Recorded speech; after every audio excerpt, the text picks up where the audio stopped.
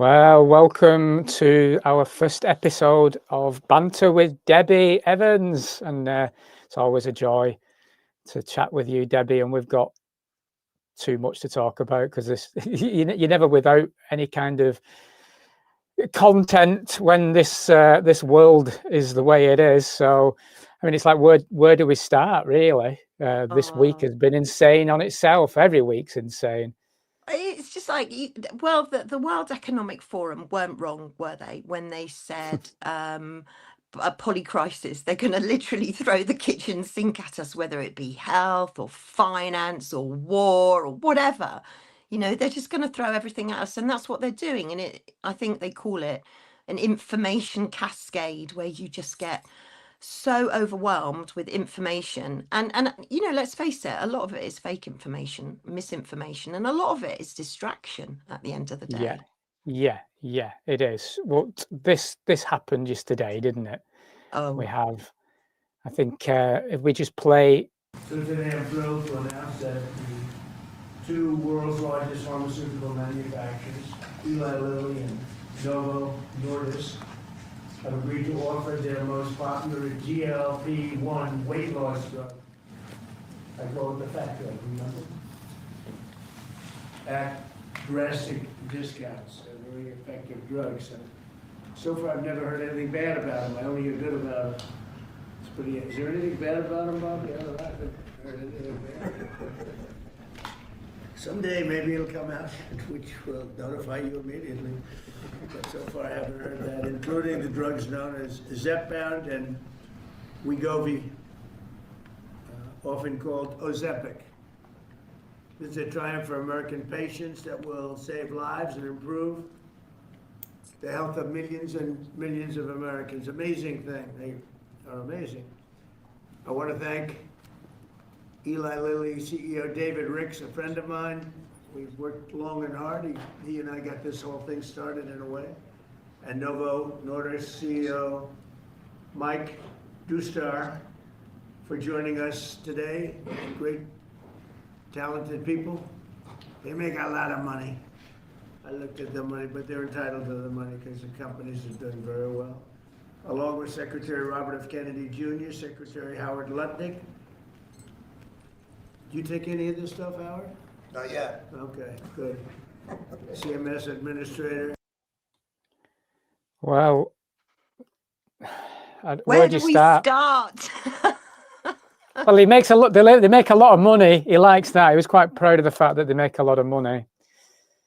I mean, I think there's so much to say about that clip. Number one, I've been saying for absolutely ages, people go, oh, thank goodness Trump got in. Trump's come here to save us. He's not here to save us. He's there to make America great again in whatever way he chooses to. He's not here to make Britain great again. And this is a drug war that we're in, and whether you like it or not, Keir Starmer and all the politicians, because, I mean, let's face it, they're all as bad as one another. They've sold us down the river. So we've done a deal with America, because what Trump is saying is, hey, we've been doing all of the research. We've been doing all of the manufacturing. We've been doing everything. And our drug prices are way too high. And therefore, we need to lower our American drug prices. But at what cost? Well, the cost is to other countries, because other countries are going to see their drug prices rising, including the UK.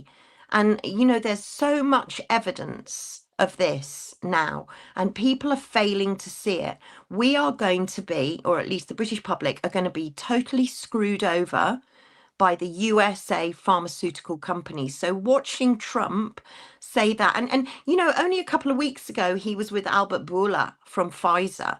And he was saying about, Pfizer drugs, they were going to go plummeting down. People were going to get them really easily in America online, blah, blah, blah. We are in a drug war. And Eli Lilly, they've been scared off the UK because they're saying, well, we don't want to invest in the UK. So we'll go to the USA. So Trump is rubbing his hands in absolute glee. But we are in a drug war. And the prices of drugs in the NHS are going to rocket. I mean, a lot of them are going to go up by 25%. But what's actually happened, in my opinion, what I can see, is that making America great again, they're going to make all the drugs. Project Stargate, like cancer vaccines in 48 hours by AI, that's Larry Ellison.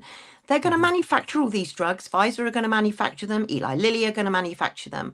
Then they're going to flog them to us for super high prices. But we are going to be used as the lab rats, right? So they make them and then they send them to us to be tested on, because where are we? We are the UK, we're an island nation, we're surrounded by water, we've got a dense, diverse population, and a mass, you know, we're high in density, in mass density as well. Very diverse now for so many reasons. So we're the perfect laboratory. And I'm trying to get people to understand that all of these tests that we're being asked to do in the NHS, just think back to what Trump was saying there. You know, we're gonna get drug prices down. This is a miracle. These are fat jabs. And I always thought and hoped and prayed that those that had been coerced and been given fake information by the government and had tragically succumbed to taking the COVID injection, I thought that nobody would fall for this again. However, the GLP-1s, which is what Trump was talking about there, they are as dangerous, in my opinion. You know, these GLP-1 drugs have the most horrific side effects, like huge pancreatitis, cancer of the thyroid, bleeding. I've known people be really, really ill, and 1 in 20 in the UK are on them at a very high cost, because the cost of them now has gone up. And the cost has gone up from about 130 quid a month to about 300 quid a month in the UK. And those that can't get them on the NHS are being forced to pay for them. Now, why would you say, would you want to pay for them? Well, people with food disorders are buying them. Even those with anorexia, we've been hearing, there's no regulation. We've also been hearing that to get the waiting list, the NHS will say there's an 18-week waiting list, but you've got to get to the correct BMI. So you've got to lose weight, or you've got to stop smoking, and you've got to show us evidence of it. Now, 18 weeks isn't very long. It's not a long time to lose perhaps a couple of stone in weight. So many people will be tempted to have their gallbladder out or to have their hernia repaired.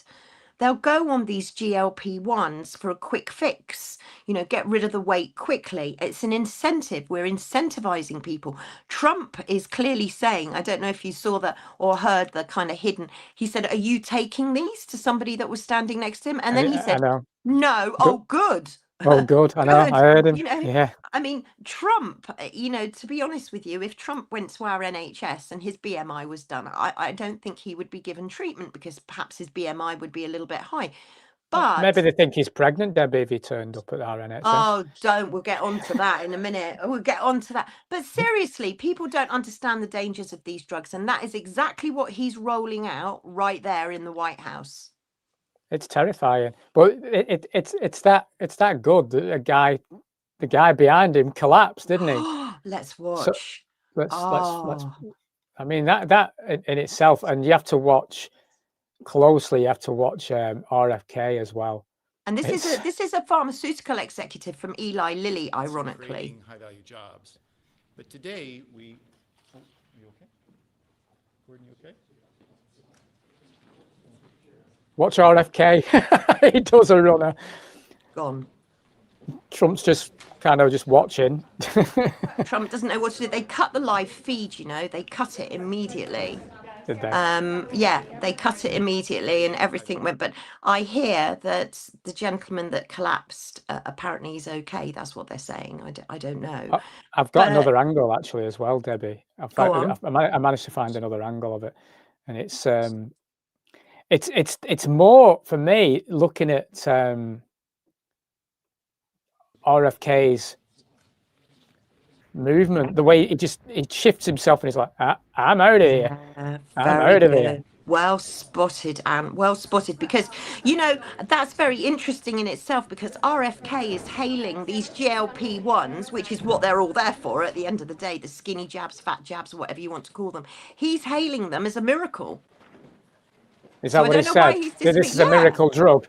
Yeah, Right. yeah. Well, Oh, he's RFK's all for them, and you can see Trump's looking quite concerned. I thought Trump was a hero. I thought maybe he would save the day there and just, He didn't seem to know what to jump do quite, did he? jump on. But No. you know what I'm absolutely shocked about, and I'm furious, and I've got a question directly for the NHS right now, because these GLP-1s that Trump's on about, and Eli Lilly and Novo Nordisk and Wegovy, Manjaro, all of them, Ozempic, they are now giving them to children as young as 6. Now, I went to the patient information leaflets of all of these drugs, Wegovy, Ozempic, and Manjaro. None of them have been tested or are suitable for the under 18s. End of.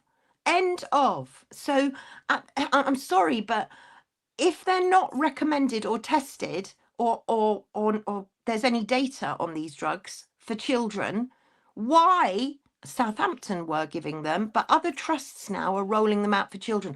What went wrong with exercise, decent food, fresh air, PE, playing, coming off your tablet, off the phones, outside, playing football? Doesn't make enough money, Debbie. Doesn't make enough money, and people like a quick fix, don't we? We've been conditioned into this convenience world now, aren't we? Where everything's got to be quick, everything's got to be right on the boom, boom, boom, boom, boom, and people want it quick.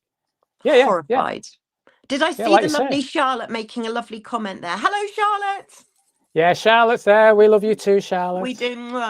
I used to trust JFK. Yes, Anne. I think a lot of people felt that seriously, and I don't suppose we want to be the ones to shatter anybody's illusions, but I'm totally on your page, Anne. Yeah, Totally. I remember reading the book again. He wrote about the little leprechaun guy who pushed everything in the pandemic. What's he called? Fauci. So yeah, it's a great book, and it really exposes a lot of what goes on. So you're automatically you're going, well, this guy's on our side. You can't help but be drawn into the fact that RFK wrote this book, and he looks like he's doing the right thing, and he had Children's Health Defence and things like that seem to be pointing towards the right things for us. But this is the way it plays out, isn't it? You've got to have your eyes open. You want it, though. You do. You desperately want someone to be on our side, someone that is speaking the same language. And yes, Sarah, it does speak absolute volumes. And there's more on RFK. And I'm sure at another time, Ant and I will explore maybe in more detail RFK and Trump, because we do want someone to come in and save us, but nobody's going to come in and save us. We have to save ourselves. We really do. It was funny. I was having this conversation earlier on with my auntie. That with digital ID, and I've gone back into my protector mode, if you like. I'm here to protect my family. I'm here to protect my son and my daughter, and I'm like, it gets my back up. And I don't want to be in that mode, really. I like being, as we all do. We just want a peaceful life. But the thing is, when you see what's happening in the world, if you recognize it, then it brings responsibility. And most people don't want that responsibility, because we want an easy life. So we're looking for the hero. We're looking for someone to save the day. But it literally is down to us as individuals and as a collective to work together and to stop this madness. And this is why you do great work, Debbie, by exposing the criminality especially of what goes on in our health service, and politically as well, because it has to be done. Oh, it is. We are literally being governed by a bunch of organized criminals. That's how bad it gets, and it's like it's like a cancer. It feeds into pretty much everything, every single arena, every single industrial complex. I mean, we've got this huge cancer industrial complex. Now we've got this obesity complex, industrial complex, which is what Trump is on about, which is the agenda here, and it's the incentive. It's like we need you to lose weight. We need everybody to lose weight, and whilst we feed you a load of junk food through the big supermarkets and through Tesco's, and you know, Exactly. you get your loyalty points because you've got money off, and it's all one big scam, which is why it's so important for people to go back to the land, to go back to their farmers, to go back to local traders. You know, I've got a rule now that I don't buy fresh fruit, vegetables, or meat from any supermarket if I have to go. And I try really hard not to have to go to the supermarket. It's normally for cleaning stuff that I end up at the supermarket and polish and stuff. But if we can just go back to local traders, because it's just lovely walking into a greengrocer. It really is. Or you see a market stall outside and it's full of local produce. It just looks inviting, and it even tastes better, not just because it's been farmed locally, but because you know that you're putting goodness into your body. So these GLP fat jabs, they are not an easy fix, and the side effects of them are they're absolutely massive. And I honestly believe that now people are going to be incentivized into losing weight quick. I haven't got to go to the gym. I can sit on my device all day. I can be on Zoom all day. I can work from home. And so 15-minute cities, of course, you're not going to be able to roam around like you used to. You know, down here in Cornwall, we've got some beautiful National Trust walks and some beautiful cliff walks and moor walks. You're not going to be able to do that. So people are going to have to go to engineered gyms, and they're going to have to, we're being genetically engineered. This is digital ID for me is just the first step. Well, no, actually it's the second, because the first step was digital health. So that was the NHS app. So I kept saying, scrap the app, because you're putting your data in, and the data is being farmed and harvested. And often the data that you're getting back is incorrect. So it's control over convenience. So digital health to digital ID. Digital ID is just the first step to digitizing you and me with medical devices, sensors, neural implants. This is about digitizing us and using the body as a new platform. So stripping us of everything, rewiring us, gutting us, knackering out our immune system, our cardiothoracic system, just gutting it and rebuilding it. And I'm afraid, you know, all that we've seen science fiction is now science fact. And we really are looking at transhumanism, to making 100%. the body into a platform. And people look at me and they scratch their heads and they go, no way. And I don't know if they do the same to you, Ant, but it's like, it's just a step too far. Yeah. Yeah, most do, and because we're brought up with that science fiction and the movies and books and comic books and things like that. So it always seems a little bit out of reach, but it's literally here. It's not. It's fact. There's no doubt about it, and it's interesting that that ties in with the announcement yesterday of the paper mile for the budget that's coming through, because I think when they were selling these electric vehicles as the way forward, it was like, you will not pay road tax, you know, because it's good for the environment and all that malarkey, which we know is a lot of shite. But they announced something yesterday. I think they'll pay less than us, you know, us paupers using diesel and petrol cars. But where that leads to is quite simply the digital ID, because your car, if you've got an electric vehicle, it's going to be hardwired to the internet. So with it being hardwired to the internet, they're going to be monitoring and they know exactly where you've been, where you've gone, how fast you go, and this, that, and the other. That whole system will be used against you if you've got an electric vehicle. So the paper that works again in the 15-minute city plan that they've got, and the whole Agenda 2030. All of that ties in.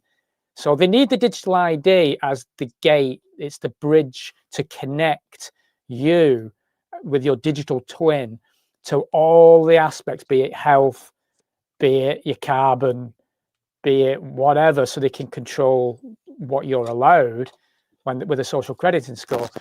You know, as much as people want to avoid the subject and say it's far-fetched and nonsense, you sit back and do nothing then, and I'm sorry, you'll soon know how far-fetched and nonsense it is within the next 5 to 10 years, because it won't be. Literally, you will be controlled by AI and by your credit score.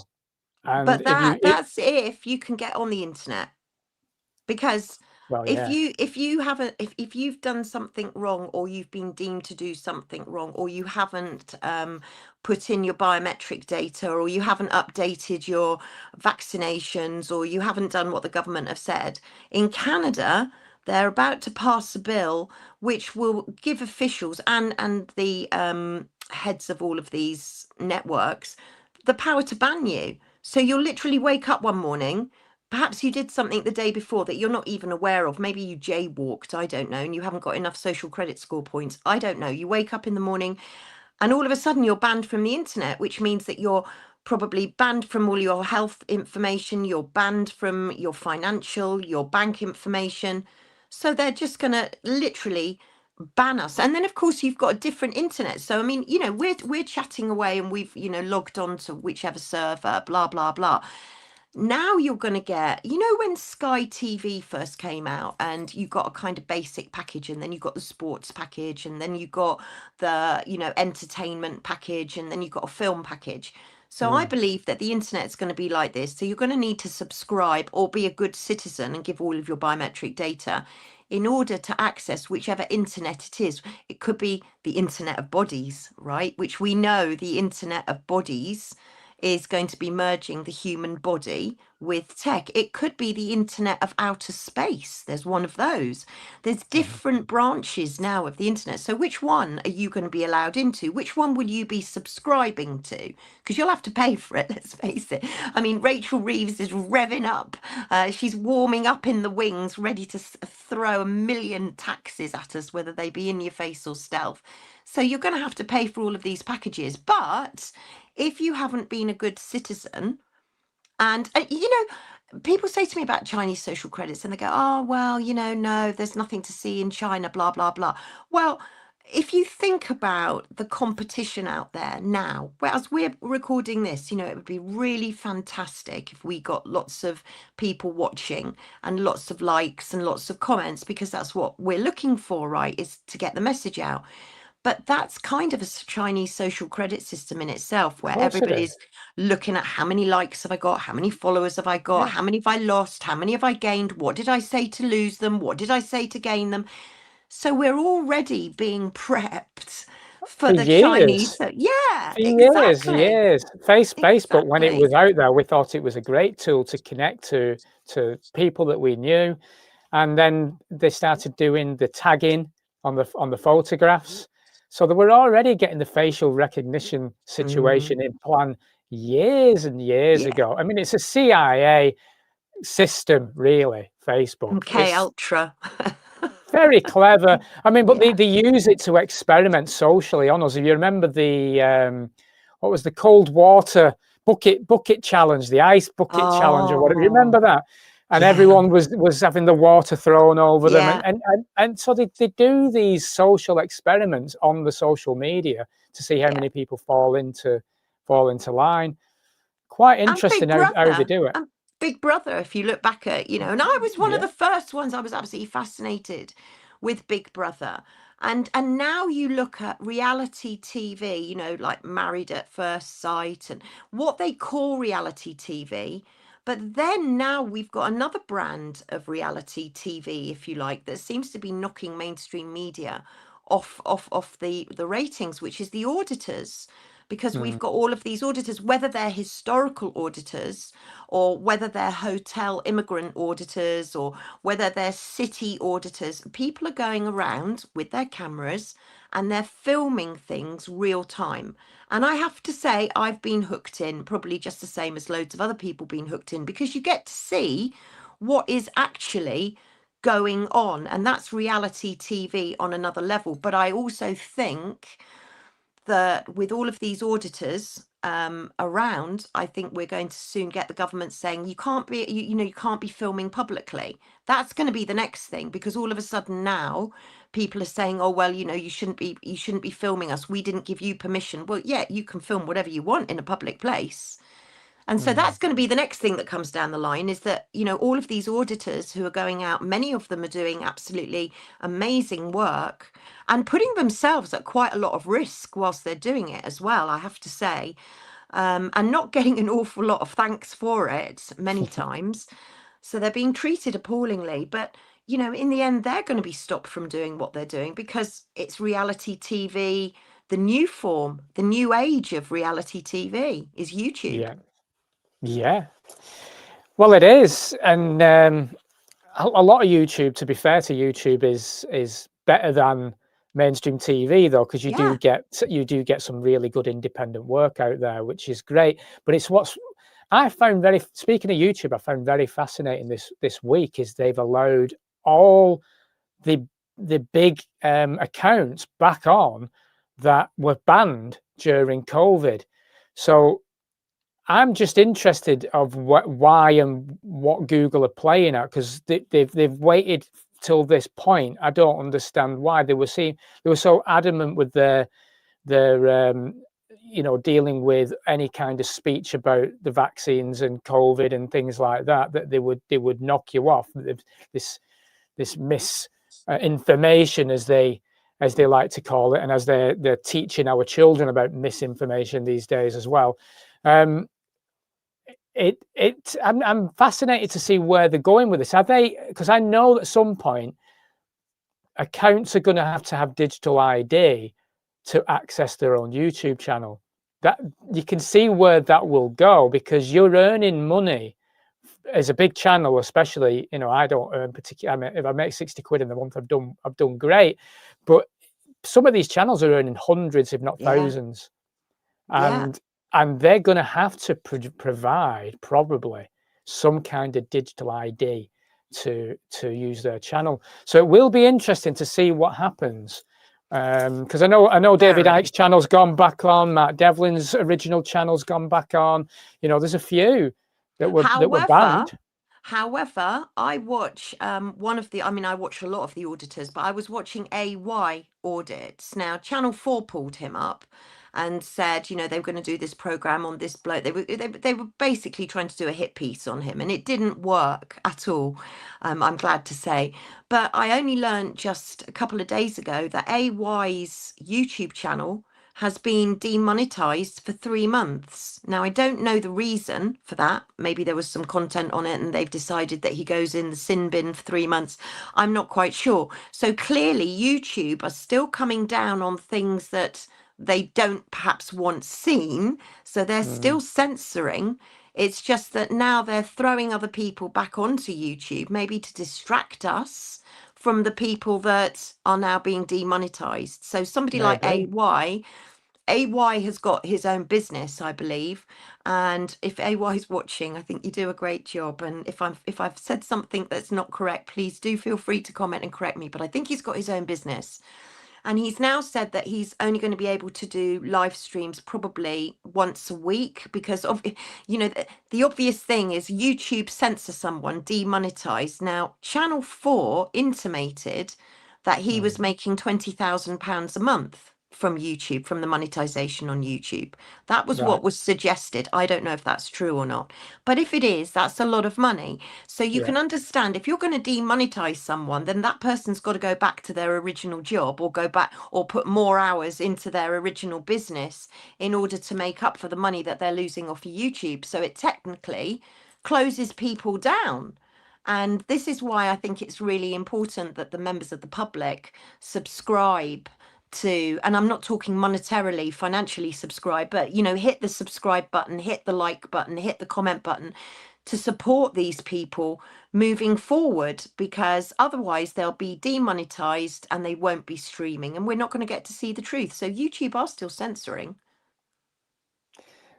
Yeah, it'll be interesting to see where this goes. I was quite surprised to see these channels resurrected so quickly all of a sudden, where I've had videos banned instantaneously with YouTube's AI, with just the talk of certain words that have gone into, and, you know, when it hits their AI, their algorithm or whatever, and automatically my video's been banned, you know. And I've had warnings as John Cooper, I know recently, again, has had a strike from YouTube. So it's interesting.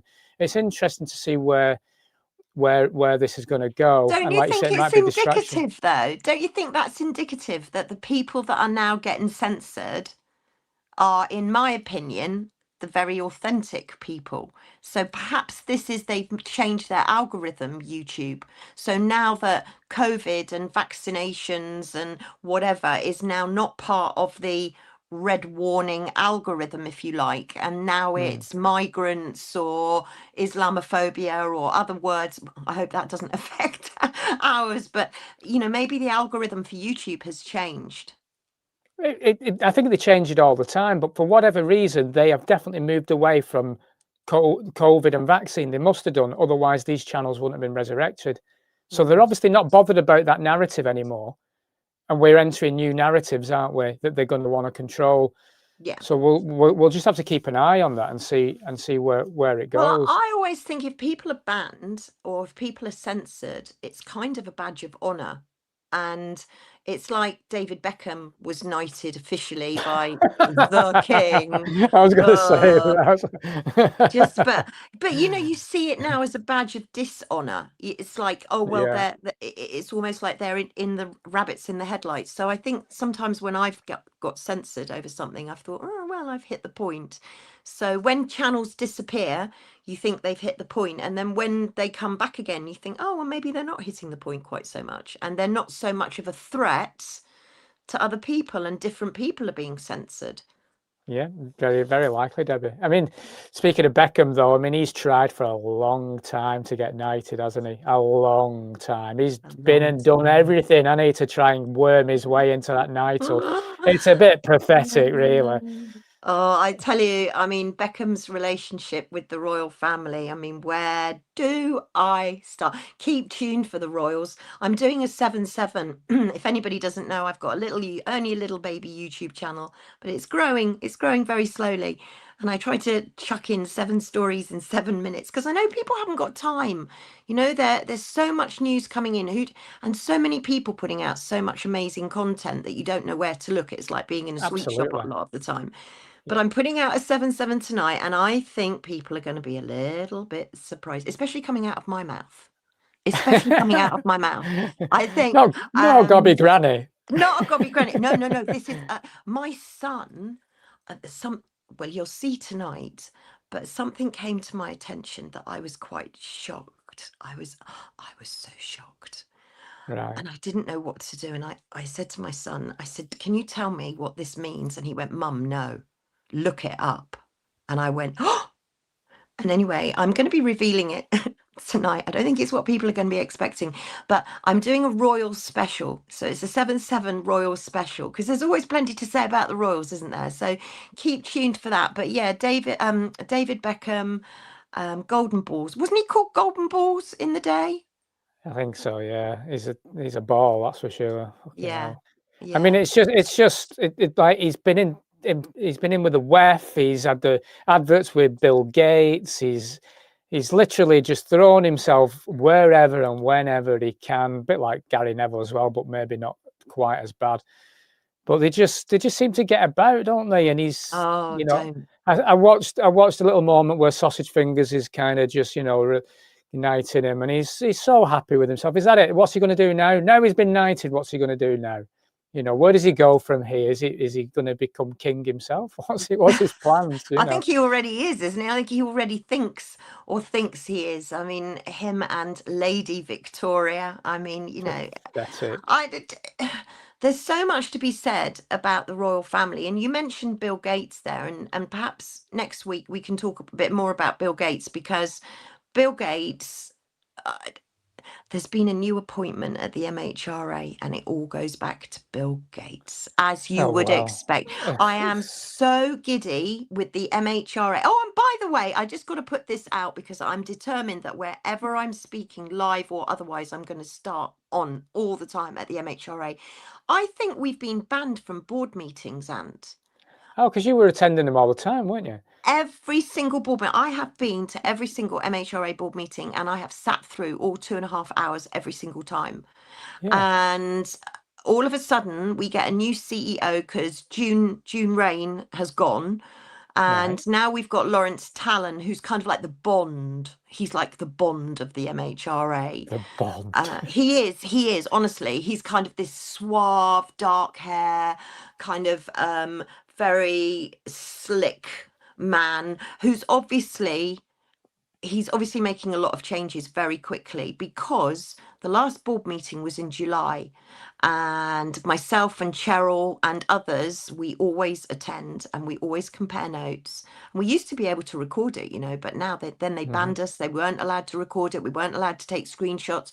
We weren't allowed to send messages. We weren't allowed to do this. All the rules and regulations changed from being everybody was on Zoom at first during lockdown, or lock up as I call it, and then it became as we reported on it more and we highlighted it more, it became a more slick operation. But the last MHRA board meeting was in July the 8th, and we should have had one in September, and we haven't. So I've sent the MHRA Freedom of Information to say, have we been banned?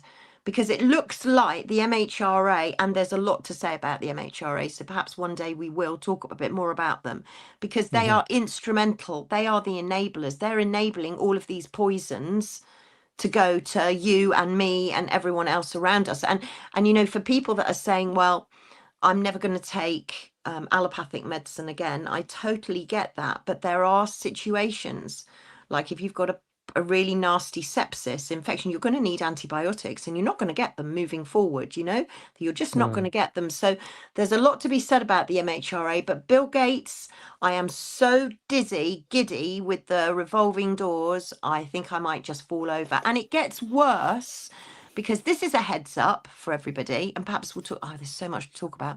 But what's coming is like crazy. But what I can see coming down the line big time is TB, right? So tuberculosis, big time. So this guy that's been appointed at the MHRA, Jacob George, Professor George Jacob, or is it Professor Jacob George? It's difficult when the two names are Christian names. I think it's Jacob George. He's been appointed as Chief Scientific and Technology Officer for the MHRA, and he's funded, his company that he's also involved in, Phaser, is funded by Bill Gates, and they've got special programs out now for TB. So mRNA, that's what they're looking at, mRNA and TB. So if anybody thinks that we've seen the last of mRNA, forget it, because whereas they might be banning it for this and that and the other in other countries, and even in the USA, we're certainly not doing that here. We are mRNA capital. We really are. They're desperate to get it in people, aren't they?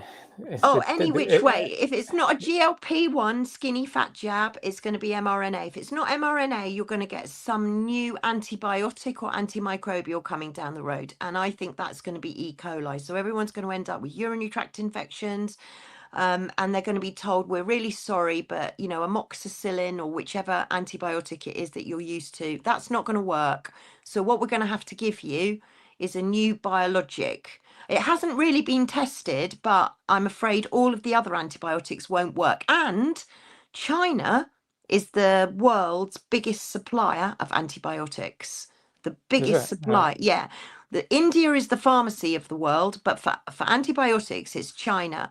We're not going to get these, and they're going to be in short supply. So I can see an antimicrobial resistance coming up. And a lot of that, we're going to be looking at TB. We're going to be looking at pneumonia. We're going to be looking at E. coli, respiratory diseases. And of course, oh dear, ever so sorry, but we've run out of antibiotics. So we're going to have to, lucky that there's this one coming down the line, which happens to be really expensive, but it's brand new and you're very lucky to have it. And you know what? The other bit of that is worrying, is if I've heard from a lot of people, and it's happened to me. So if you refuse an NHS treatment, if you go and get a diagnosis of something and then the NHS recommend that you have, say it's cancer, radiotherapy, chemotherapy, and you decide, actually, I don't want to go down that road, I want to go down the natural road, the NHS will keep pestering you and they'll look at your capacity. Have you got capacity to be able to refuse the NHS treatment? That's what we're coming to. They want manage every part of your life, Debbie. Every single bit of where you are.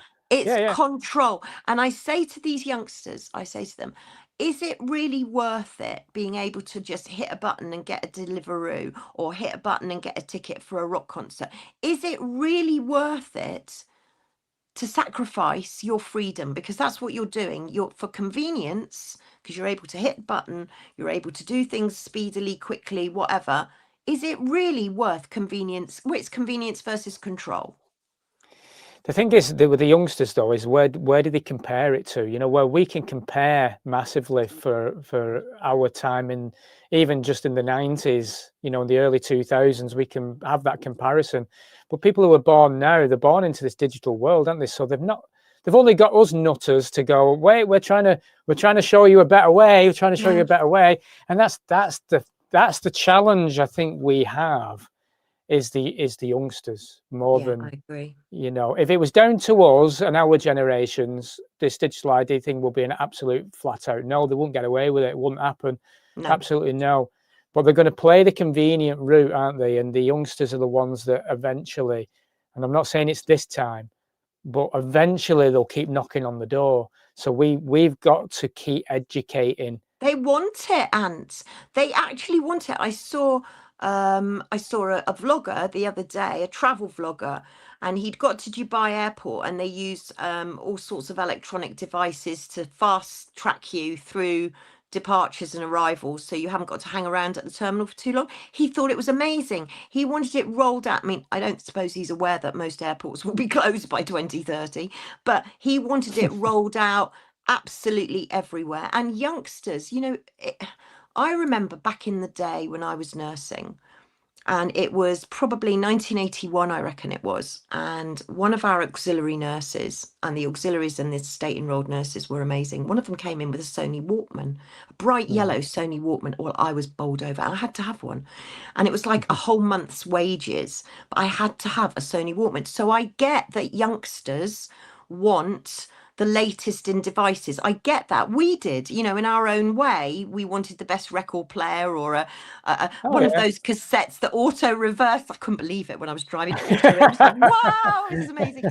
So I get that the youngsters want that. But if you say to a youngster, look, we could integrate your phone into your body, so you haven't got to walk around with a phone, and for an extra however much, we can give you a microchip that will make you invisible, or you'll be able to speak 20 languages and communicate with pretty much everybody on the globe, or we can give you another chip that will give you another particular skill, whichever magical power you want, we'll be able to give that to you, and then we can upgrade you in 6 months' time.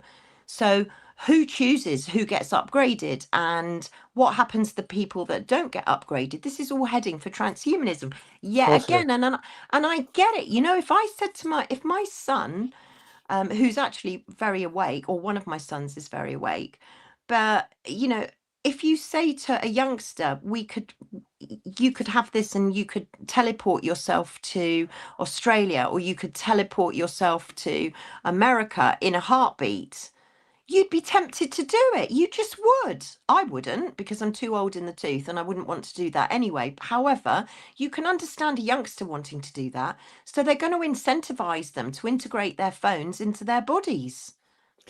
Well, they were incentivizing people with fries and burgers to get a jab in 2021, and people were doing that. And now they're giving them obesity, fat jabs. Hello. It's a vicious circle. It's a dangerous of vicious madness. Circle. It really is. And to anybody watching, and thank you ever so much for everybody that's commenting Absolutely. and watching. I really, really do appreciate it. But for anybody that's watching, you know, these fat, skinny jabs, 1 in 20 of us, or them, are on them. This is the statistic we're looking at, and we're looking at people getting really sick. The fact that they're giving them to children, on top of everything else that they're giving to pregnant mothers, and jabs, and all sorts of tests and treatment, this is criminal, folks. And I just need to remind youngsters, because I look at youngsters that are pregnant now, and they're very needy, a lot of them. You know, they're booking their cesareans to fit in with their holidays, because they'd rather have a cesarean than a natural delivery. And I just want to go back and tell youngsters, you know, in my day, we weren't allowed to take anything when we were pregnant. Nothing, not even No. a paracetamol, unless it was life-threatening. Couldn't even drink. Not that I'm a drinker, but you couldn't drink. You couldn't drink. You couldn't smoke. We even had to be careful of soft cheese, listeria, Yeah. and always the mantra was, because of thalidomide, of course, because the mantra was pregnant women don't take anything, rest, plenty of fresh air, good food, and you'll be absolutely fine. And yet now we've got pregnant women that are being given or being told to have so many jabs whilst they're pregnant. And Well, then should the we babies play are the having advert? them. Oh, Play the advert you yes. sent me. Yeah, let's Do, play it. do. Because I watched it when you Shocking. sent it me, and I was like, "What the hell?" Let's play it. I know. Okay, let's bang that on here. Hold on. It is shocking.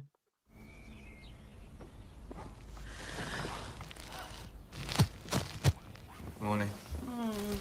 If you're pregnant, you can help protect your baby from RSV, whooping cough, and flu, which can cause serious illness. Vaccines give you both the best protection against these diseases. Vaccinated?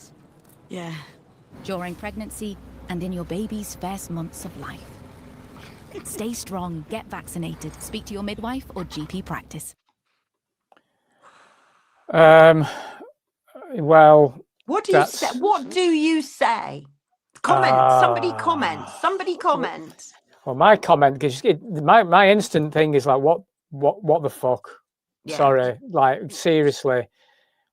And the problem is, many people will fall for that very, comical and fun advert, and but it's how people are educated. Like you say, back in the day, if you were pregnant, you didn't take anything. Nothing. Unless it was life-threatening. Only if it was life-threatening. But as a general, yeah, I know, Sarah. No words. Absolutely no words. It's like we are in a very evil world, and I think we just all have to sort of stand back and take stock and realize that this is a spiritual war as well as a war on earth. This is like we are being attacked from all realms by the look of it. But there are no words for that advert. But yeah, in my day, nothing. Didn't take anything. It's terrifying, Debbie. It really is terrifying what's going on. And let's speaking of pregnant women, so the BBC and all their might. So what was it? The lady, I can't remember what her name is actually. There was a presenter, wasn't there? Yeah. That slipped on the script. So let's play it so people will remember what this is. So let's play her. London School of Hygiene and Tropical Medicine has released research which says that nearly 600 heat-related deaths are expected in the UK. Malcolm Mystery, who is involved in the research, says that the aged, pregnant people and those with pre-existing health conditions need to take precautions. So really, she should have been promoted instantly, but instead she's had 20 upheld complaints. BBC have upheld 20 complaints against her for going off script.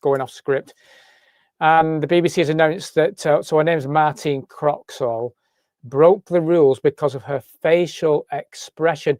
And interestingly, in the book 1984 by George Orwell, there's a statement: in any case, to wear an improper expression on your face was itself a punishable act. Oh, wow. I Wow. know. We've got thought crime. Now we've got facial crime. Facial crime. You can't Facial roll your crime. eyes. You can't raise an eyebrow. No. Well, that's probably why the youngsters have all got Botox, because their faces don't move. So they're not able to make an expression, are they? Or many of them have had Botox. So drank a Guinness a day. Yes, exactly. See, we used to prescribe Guinness and Macasson for patients when they were in hospital because of their iron, hemoglobin, if they were anemic. We used to, we seriously did. It used to be on their prescription, Macasson or Guinness. There are other ways there are foods that are rich in iron. You know, women can take care of themselves. And it was interesting. I was talking to Victoria Rickson, and she was saying, you know, when you go back to pregnancy and women go and talk to the wise women in your family. You know, your aunts, your granny, all these Yeah, wise women that have been yeah, there, done it, that can advise you. yeah. Don't be looking at these stupid apps. Don't be talking to AI chatbots. Just speak to your mum, your gran, the wise women that you can trust, and you won't go far wrong.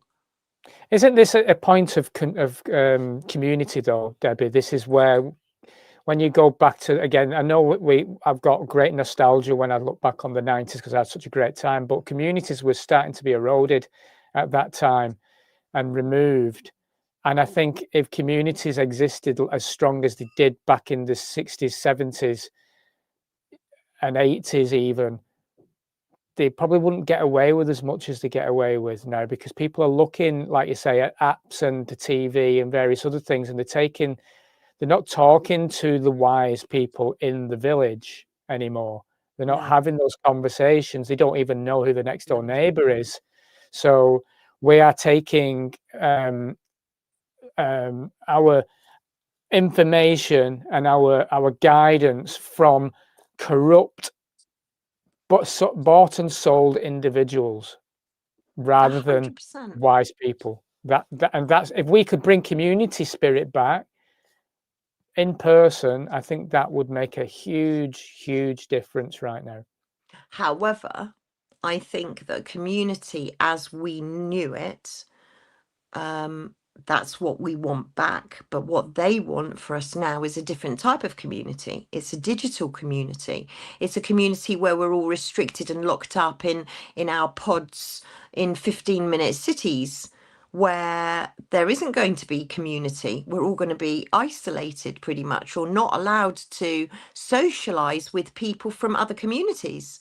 You know, so I think the digital community in 1984, you know, when your screen in it tells you, talks to you when they're talking to, when the state are talking to you individually, you know, that's what we're heading for: control, surveillance, spying, tracking, tracing, slavery. And then those of us that don't comply to the transhumanism agenda, to the digital agenda. I mean, you know, where do you draw the line with the digital identity? Where is it going to be that in a year's time I've got to reapply for my driving license? Well, just over a year, when I hit 70. So am I going to have to say to myself, well, I'm not going to do it because I don't want to give my biometric data for a digital driving license, so therefore I'm going to give up driving? Or is it going to be, I'm going to give up the internet? I'm going to be locked out of the internet. I'm going to be locked out of supermarkets. I'm not going to be able to get on the train. I'm not going to be able to travel. You know, how far? You're not going to be able to send your kids to school if you should indeed want to in the first place. You're not going to be able to go and visit your mum down the road because you're locked out of society. Where do you, all of us are going to have a boundary somewhere. And all of us, many people that are watching, are going to go, I'm never going to fall for it. I'm never going to fall for it. And we all said that with plenty of other things that have gone on. And we've had to do things that we haven't wanted to. So where is that line?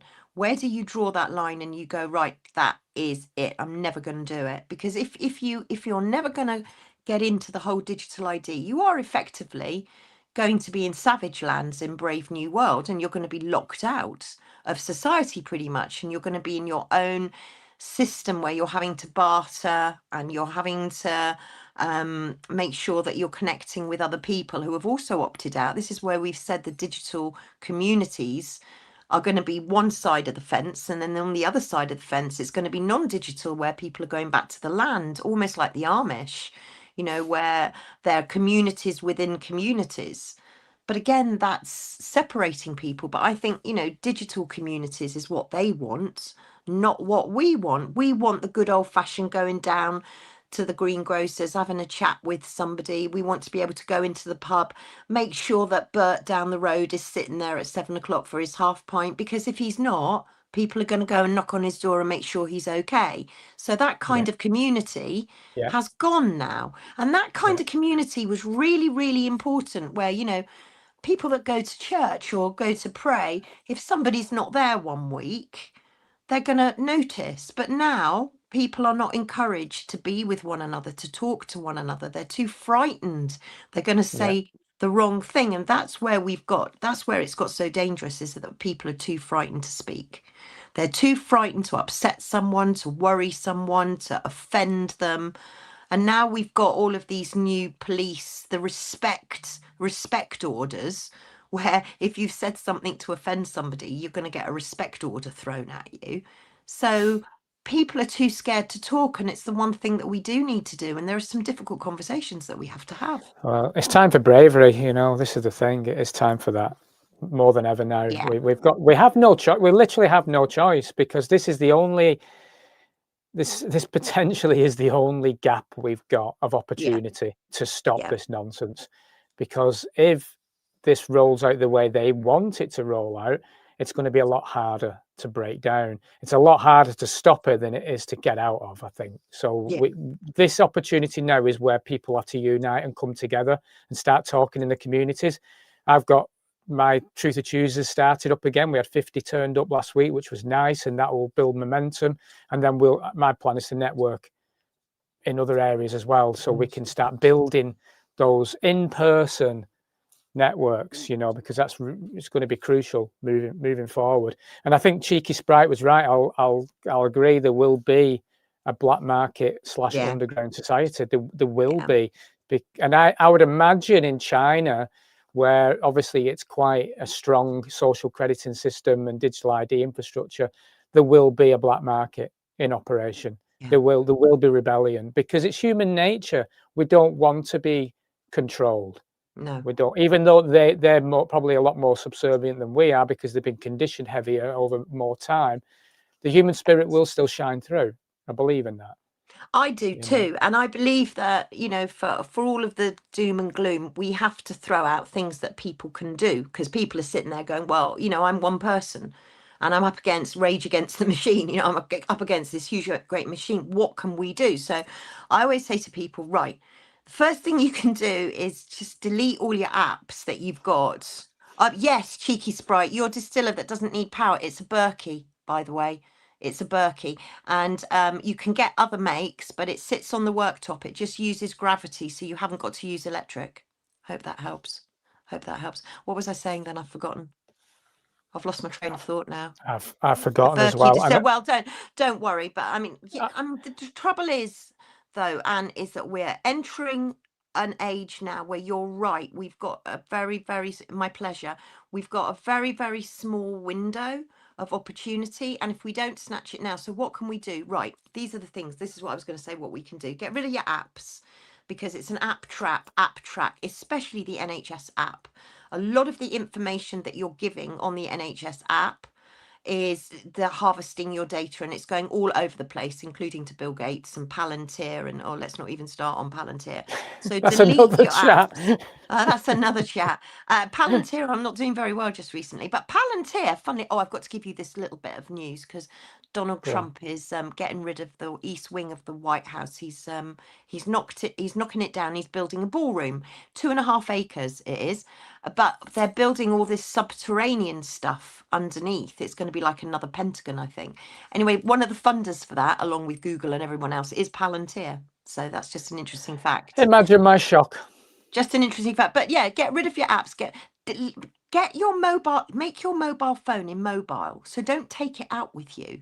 It's honestly, it's fantastic. You don't get texts, you don't get emails, you don't get calls, you don't get interrupted. You can go and get your shopping without being interrupted. It's marvelous. The days of old red phone boxes. So don't take your mobile phone with you. And if you're in a car that's got a sat nav, switch it. Can you switch it off somehow? Because I keep saying to people, switch off your tracking devices wherever you are. Use paper and pen. Get a burner phone. Yes, Cheeky Sprite, always a good idea, because then it's pay as you go, not registered. You can get calls that because there's so many scams out there at the moment. People are picking up phones, they're thinking they're speaking to somebody genuine, and they're not. So just mitigate, prepare as well, prepare for what is to come. So all sorts of stuff like stock up on just get a couple of bottles of water when you're out. Just have some water in the house, have some lamps. Just prepare for what could be a bit of a cold, dark winter. That's what I would say. Well, Debbie, we're kind of out of time, and it's been We a great. are. It's been, and I had loads more to talk about. I'm sure And you me. did as well. But And me. we'll do it again next time. I'm sure We there'll will. be. I'm sure we're going to have another interesting week, because it is an absolutely insane asylum, isn't it? So it'll continue. You know, some of the stuff that's coming out is literally extraordinary. And tonight on 7/7, I do believe that people are going to be a little bit shocked. Yes, cheeky Sprite, collect jars and put clean water in. And also the glass bottles, because it's better than using plastic bottles. Glass, absolutely glass. We could do a whole program on prepping, couldn't we? Sarah, yeah, it has gone quick, but when Debbie and I get yabbing, it does go quick. Tends to. We could go all day, but we could. We'll try and get back. We're going to try and make it weekly if we possibly can. So we'll try and do 1 o'clock again next Friday. If anything changes, then we'll announce it in somewhere on our socials. But thank you for everyone that's been with us today. Thank you so much, and pass the word. Oh, you're so lucky to live near a spring, Sarah. Oh, absolutely. Yeah, absolutely. Steve, sorry. So, very Steve, lucky. yeah, very lucky indeed. Right. Well, Debbie, much love to you. Much love to you and everyone. And much love to everybody that's joined us for the chat. And we will definitely see you guys soon. You will indeed. Mwah. God bless everyone. Keep smiling. Take care.